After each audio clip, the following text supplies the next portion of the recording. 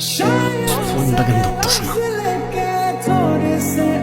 Hello, কালকে সারা রাত তোমার ফোন ওয়েটিং ছিল, আর আজকে তুমি কল ধরতেছো না। এগুলোর মানে কি মাইশা? আরে তোমাকে বললাম না আম্মুর বাসার দিকে আসছি। কোথায় এখন তুমি? আমি বাসায়, আর কোথায় থাকবো? একটু বের হইতে পারো আজকে? আরে না, বললাম তো আম্মু আছে, আমি কিভাবে বের হবো বলো? নীরব, আমি জানি তুমি আমাকে অনেক খারাপ ভাবতেছো। ও আচ্ছা, কি ভাবা উচিত তোমাকে? তোমার পাশে তো তোমার আম্মু না। কোথায় তোমার আম্মু? আন্টি আমি তো দেখতেছি না। মাইশা তুমি চলো তো আমার সাথে। আমি বুঝতে পারছি ও তোমাকে ভুলভাল বুঝেছ। আর যাই হোক, আমি তো তোমাকে চিনি। আমি কথা দিচ্ছি আমি সবকিছু ভুলে যাবো, তুমি আমার সাথে চলো। তোমাকে ডিসাইড করতে হবে তুমি কার সাথে যাবা।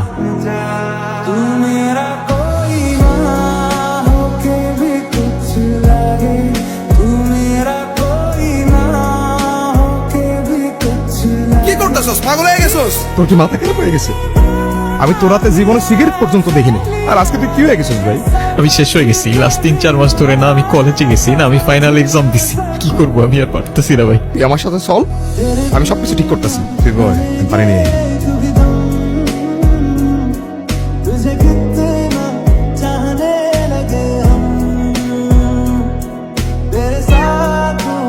ওকে রাস্তায় ফেলে চলে গেছেন না? আপনার কি কোনো কমন সেন্স নাই নাকি?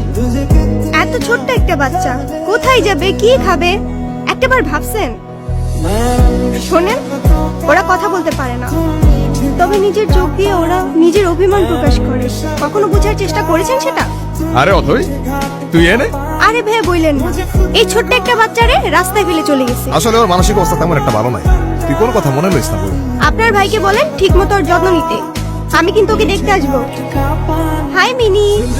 আপনি বিড়াল ভয় পান না? ওমা, বিড়াল ভয় পাবো কেন? কি হলো, চুপ করে আছেন কেন? মেনুকে দেখে মনে হচ্ছে ও আপনাকে অনেক দিন ধরে চেনে। ও এত ইজিলি নর্মালি কারোর কাছে যায় না। আচ্ছা একটা কথা বলি, কিছু মনে না করলে? হ্যাঁ বলেন। আমি ওকে একদিনের জন্য আমার বাসায় নিয়ে যাই। আচ্ছা ঠিক আছে। কাল দেখা হবে।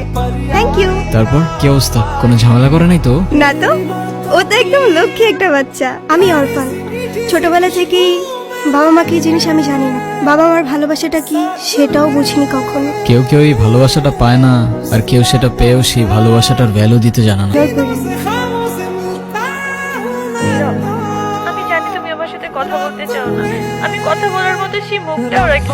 আমি অনেক বড় ভুল করছি নীরব। তুমি আমার সামনে থাকা সত্ত্বেও আমি ভুল মানুষটাকে চুজ করছি। আমি তোমার লাইফে ব্যাক করতে চাই নীরব। আমি অনেক এক্সপেকটেশন নিয়ে তোমাকে কল। প্লিজ আমাকে ফিরিয়ে দিও না। Sorry, wrong number.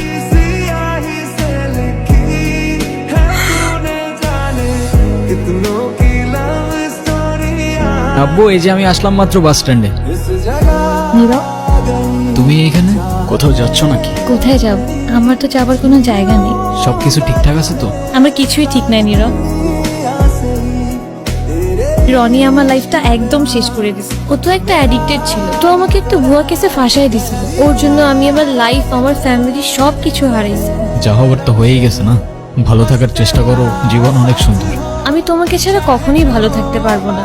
দুনিয়াটা কি আজব তাই না? বিশ্বস্ততার এই দামটা কেইবার বোঝে। আজকাল তো চিটাররাও চিট করে লয়ালিটি খোঁজে। এই নাও চকলেট। এই তোমার এই চকলেট কিনতে এতক্ষণ লাগে? উনি কি? তোমারে বলছিলাম না ওই যে মাইশার কথা। ও ভালোই তো আছো মনে হচ্ছে। ভালো থাকবে না কেন?